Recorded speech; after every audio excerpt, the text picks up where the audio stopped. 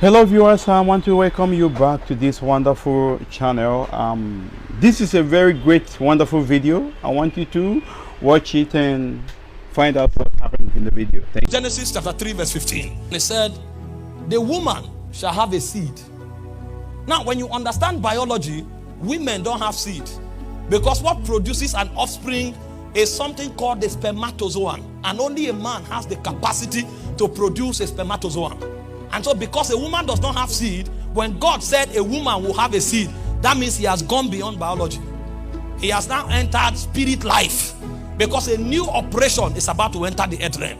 And he said the seed of the woman shall bruise the head of the serpent. So the ancient war that was going on in the spirit, God wanted man to fight that battle for him. But the man did not have wisdom, because he was not operating from light. He was operating from the fallen realm. And so that beast outsmarted him. And so when God wanted to come this time, he cannot come from a man, because if he comes from a man, he will be a man of man. And so the only way God can come is to escape into the womb of a woman and come out as the seed of God. And so he became a man of God. The word man of God is not a preacher. The word man of God means that which is born of God. And so the first time God wore the garment of a man of God showed up. And he said the assignment of the first man of God was to crush the head of the serpent. And so one of the reasons we exist is to crush the head of the serpent and to bring glory to God by establishing his government. Now, if you look at the scriptures deeper, John was speaking about this same matter that happened in Genesis. In 1 John chapter 3 verse 8, and he said, for this cause is the Son of Man made manifest, that he might destroy the works of the devil. And so every time man finds meaning, his first assignment is to destroy the works of the devil. Because from the Garden of Eden, his job is to crush the head of the serpent. 1 John 3:8 said to destroy the works of the devil.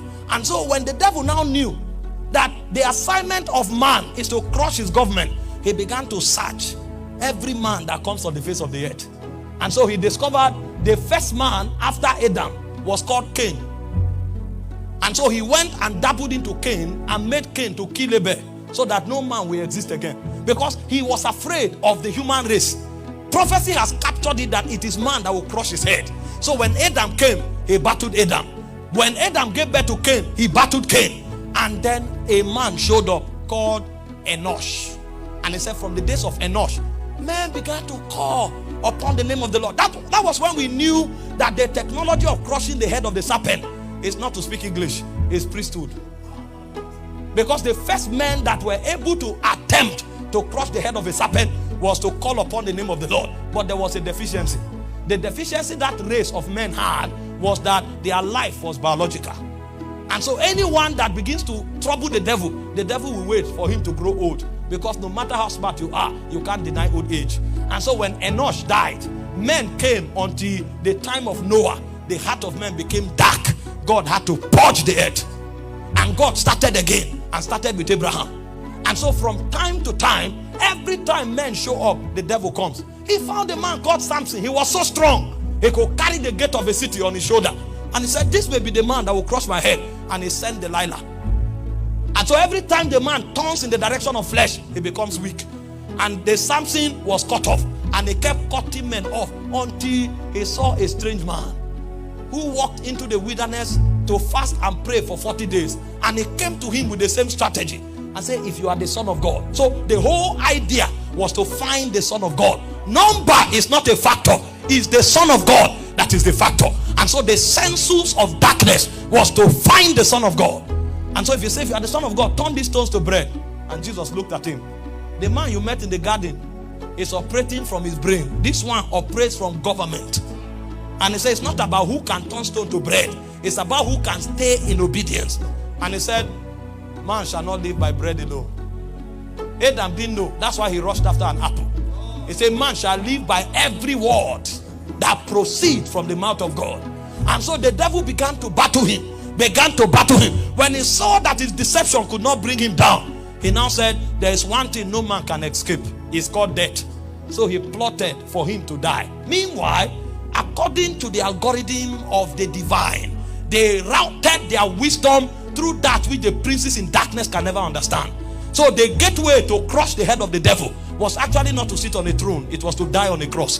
And so the Bible said, if the princes of this world had known, they would not have crucified the Lord of glory. And so when they crucified him, he was actually crushing their head. So in Colossians 2:14, he said, having spoiled principalities and powers, he made a public show of them, triumphing over them by the cross. So the way Jesus killed the devil was not to fight, it was to die. That was when we knew that the greatest strength on earth is self-denial. When a man begins to die to self, he begins to win the battle of the spirit realm. And so Jesus was the first man that was able to crush the head of the serpent. But after Jesus carried out that assignment, the world will not come to an end. And so there was a parable in the spirit. A question was asked, and that question is in Isaiah 53 verse 8. Now that he has completed this assignment and the world has not yet ended, he said, who shall declare his generation? The Son of Man has completed the job. The head of the serpent has been crushed, but men are still on the earth. Who is that person that can hold the fort waiting for the Messiah? Who shall declare his generation? The job is done, but there are so many other victims on the earth. And so that question became the betting of what we call ministry. And so ministry is not a product of human ambition. Ministry is actually an extension of the government of God that Jesus began to institute when he hung on the cross. And that's why I tell people, ministry does not begin when you establish institution. Ministry actually begins when you understand self-denial, because it's in death that we can crush the head of the serpent.